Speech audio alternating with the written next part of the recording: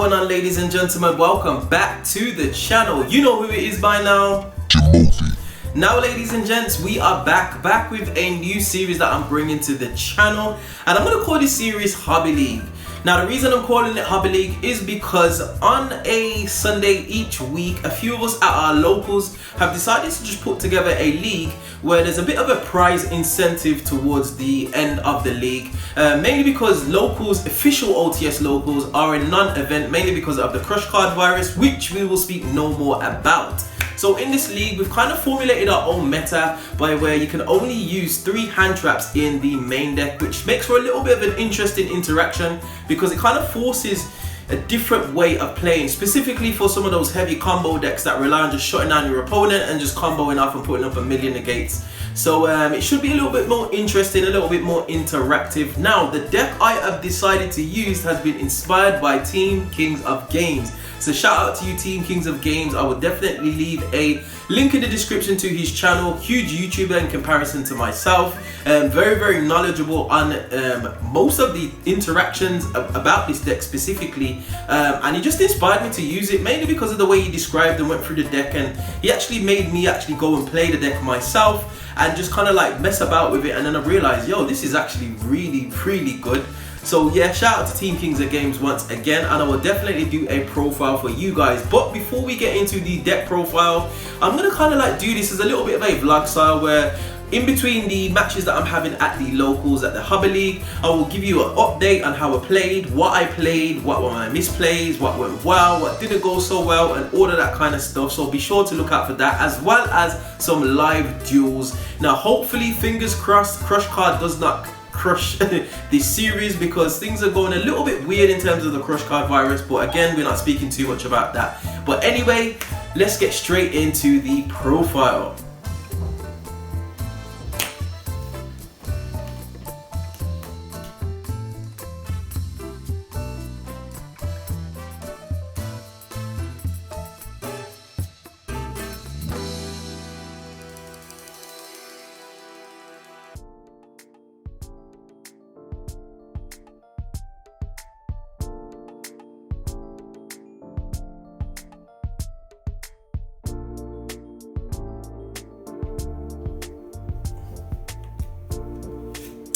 Okay, so let's get into the list. Now, I'm not going to go through every single card because I'm sure you know what majority of the shadow cards do by now because they've been out for a while, but rather I'm just going to explain some of my reasoning behind choosing these. Now, I tried to go for a 50 card build.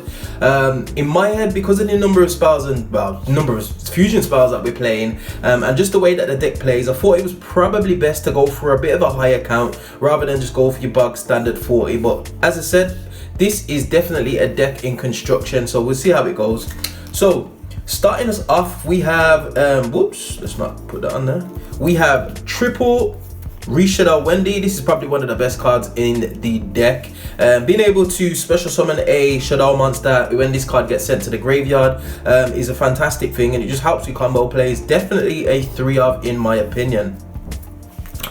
Next, we're playing 2 of the new Nail Shadow Aerial. I quite like Aerial. Being able to banish 3 cards from your opponent's graveyard is just, it's crazy, especially when you're playing against decks that are reliant on graveyard. For example, Dragon Maids, which is something that's potentially going to be at the Hobby League, and as well as stuff like Dragon Link, Dinosaurs. Just this card's crazy, as well as being able to bring back one of your banished shadow monsters in defense position. So definitely 3 Nail Shadow Area. Next, we have in triple Shadow Hedgehog. This is just another search, ladies and gents. Being able to just grab a monster card or a Shadow monster card, you can't look this over. So I'm playing it at 3 for that reason. Next, probably the best card in the deck. Get your play started, especially if you're in a clutch situation. Shadow Squamata. It just basically foolish burials any of your shadow monsters or cards basically, so you can retrieve anything at the graveyard with any of the fusion monsters. So very powerful card. Next, we're running the 2 Shadow Beasts. This is just a nice little draw power, a little draw engine. We don't play anything like Pot of Desires, although we could do because we run so many 3-ofs, but we don't play Pot of Desires, and I'm definitely not going to play Extravagance, obviously. So yeah, Shadow Beast, nice little bit of a draw engine. We're playing double Shadow Falco. Nice to be able to just get a body on board. 1 Shadow Dragon, 1 Shadow Hound, and 1 Cad Shadow Chaos. Now Chaos is basically because he's a light target and he's Shadow monster, he's searchable. And if you're in a bit of a pinch and you want to get into your construct to be able to recycle some of your fusion spells or some of your traps, he's nice just to be able to search if you don't see any of your other light monsters in hand. But we do play some other light monsters which I'll go over in a moment. Next up, the most powerful play starter, Mathematician. Absolutely crazy. He can actually be a 1-card link too if you play your cards right, and obviously if he doesn't get hand trapped. But when he gets popped on field, if he gets destroyed by battle, I believe you get to draw a card. But being able to just send any level 4 or lower monster from your deck to the graveyard is just, it's way too powerful to overlook, especially in Shadows. Being able to send your Squamata, your Falcos to get a body on board if you've got a fusion spell in hand. It's just crazy. It's just absolutely crazy. So, or even sending a Shadow Wendy, for example. It's just, the versatility of this card is just absolutely crazy. So yeah. Next, for some honorary support, we're playing 1 Performance Trick Clown, free body on board, as well as being a light, and we are also playing the Gamma package. Now, if I didn't explain before, ladies and gents, basically in the league that I'm playing in, we've kind of like agreed to not play too many hand traps. So you're allowed a maximum of 3 hand traps in a deck, whether that be a combination of the 3 hand traps or just 3 of the same hand traps. Now I've gone for Cyframe Gear Gamma. I could have potentially put Infinite Impermanence here as one of the hand traps, or I could have put Ash Blossom, for example, or Ghost Ogre. But you're allowed a maximum of 3 in the main deck, which I think is a little bit good because it encourages a bit more interaction rather than just being crippled by a Nibiru, for example. So definitely 3 Cyframe Gear Gamma, mainly because it's a light. And he puts bodies on board, especially if I do it in my own turn, if I'm sending anything from deck and they're trying to get it with an Ash Blossom or whatever. This just pays off, ladies and gentlemen. Performance Trick Clown is no introduction. And we're also playing the 1 Dino Wrestler Pancratops. I tend to throw this and Abominable Unchained Soul into a majority of my decks. Him specifically is just, he's a crazy out, free body on board. He can attack over something, he contribute himself to pop something. It normally is a 2-for-1 trade, and I always feel like you should have some kind of main deck presence to be able to deal with like boss monsters should you get crippled, for example. Especially with the Buster Lock running around and potentially going to be there at the locals. I thought to myself, putting a Pancratops in might be able to just supplement some of those weaknesses, because this deck does cripple to the Buster Lock. Not being able to access your extra deck is just, it's painful in this deck.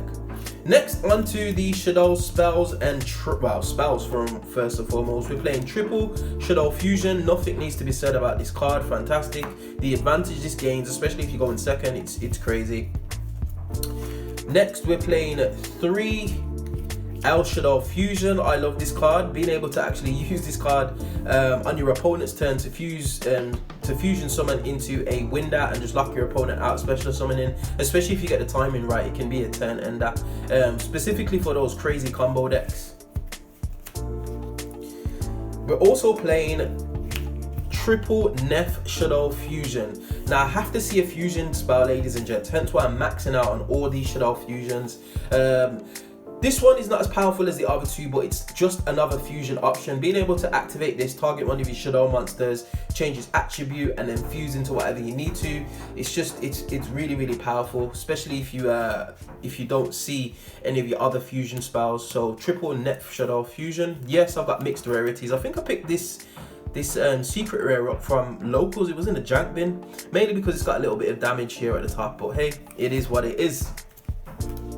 We are also running triple super polymerization, crazy removal. It works so well with Shadows, especially if your opponent's got any kind of attribute on field, which would just be literally any monster. You can just fuse it away. I've got a couple of super poly targets in the extra deck as well, so super poly is definitely something that is a 3 of in this deck, just for this specific type of format, ladies and gents. Next for the one Foolish Burial, gets your engine going. If you see it, 1 Monster Reborn, extender for days, and I've decided to actually add in a polymerization. I was thinking about running I think it's Fright Threat Patchwork, which gives me an edge chain and a polymerization, so it's basically a +1. I'm still considering it. I've got the cards to do that, obviously, but I'm just still considering it. I'm thinking about it at the moment. I haven't actually played this deck yet against the local meta that I'm going to be experiencing, so I've got one in at the moment, so definitely something that I might be able to bump up depending on how I do. Next for the spell, for the traps, we're playing Double Shadow Schism. I love this card.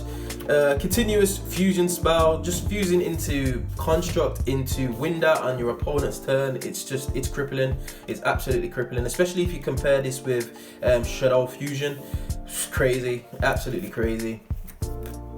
We're also running one Resh Shadow Incarnation, another powerful card, ladies and gents, and we're also running the one Solemn Judgment. Now, as I said, we're not playing hand traps, so I thought just to supplement it, let's put in a powerful trap in the format, and there's nothing that says no like Solemn Judgment, especially when it comes to summons, which is crazy. So yeah.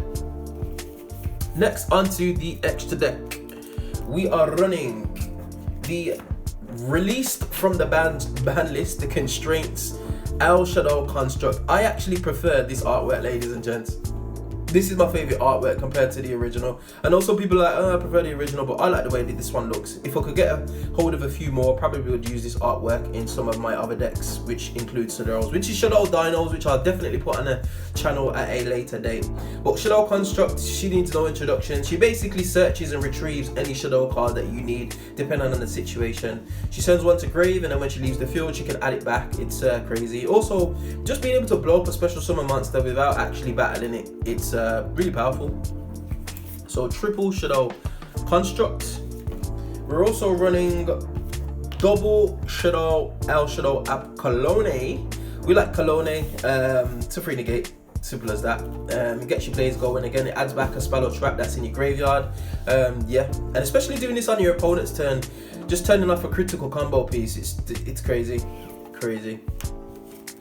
Next, we're playing Double Shadow Winder. We all know what Winder does. No to special summoning. Can't be destroyed by your opponent's card effects. So, what more can I say? We're also running the one El Shadow Shekinaga. Yeah, is what it is. It's useful. Just for the super poly targets, one Predaplant Dragos Tapalia and one Mud Dragon of the Swamp. I'm thinking about putting a Starving Venom Fusion Dragon in. I'm probably taking out Mud Dragon, but we'll see how it goes, because typically the boards are ending on Predaplant Verte, Anaconda, Dragoon, and whatever, and that is actually allowed in this Hobby League tournament, so it's something that I'm definitely going to pay attention to. And Predaplant Dragos Tapalia has a once per turn negate as well. I can just throw a counter on an opponent's monster, and then that opponent's monster can't activate its effects, which is it's crazy. Next, one Shadow Construct, the Link monster. Free fusion, contribute off a Shadow monster to bring itself back. Fusion summon from your hand and field. Definitely a one-off. Next, Cross Sheep. This card is just advantage all day, forever. It's crazy.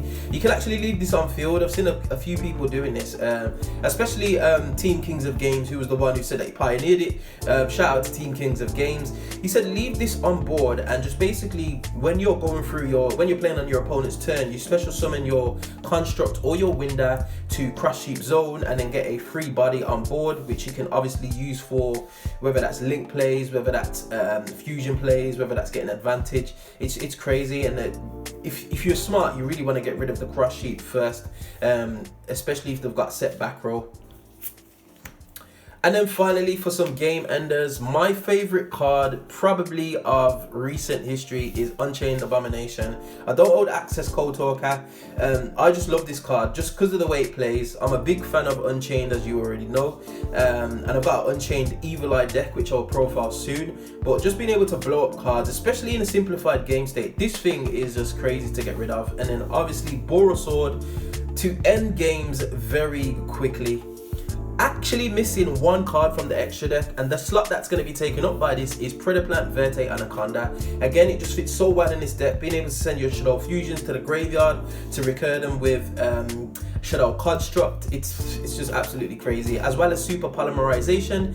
I am actually waiting on my Verte Anaconda, and obviously when we get to locals, I should have it by Sunday when the locals starts off. So yeah. And that is the deck list, ladies and gents. That is the deck list. Again, it's a work in progress. And again, once again, shout out to Team Kings of Games. He's the one who kind of inspired me to kind of play Shadows and start messing about with it. And after doing a few test hands, messing about with the deck, seeing how it can just spiral out of control with regards to advantage and steamrolling your opponent, I just thought, you know what, it's something that I'm definitely going to take forward. So we shall see how this goes, ladies and gentlemen.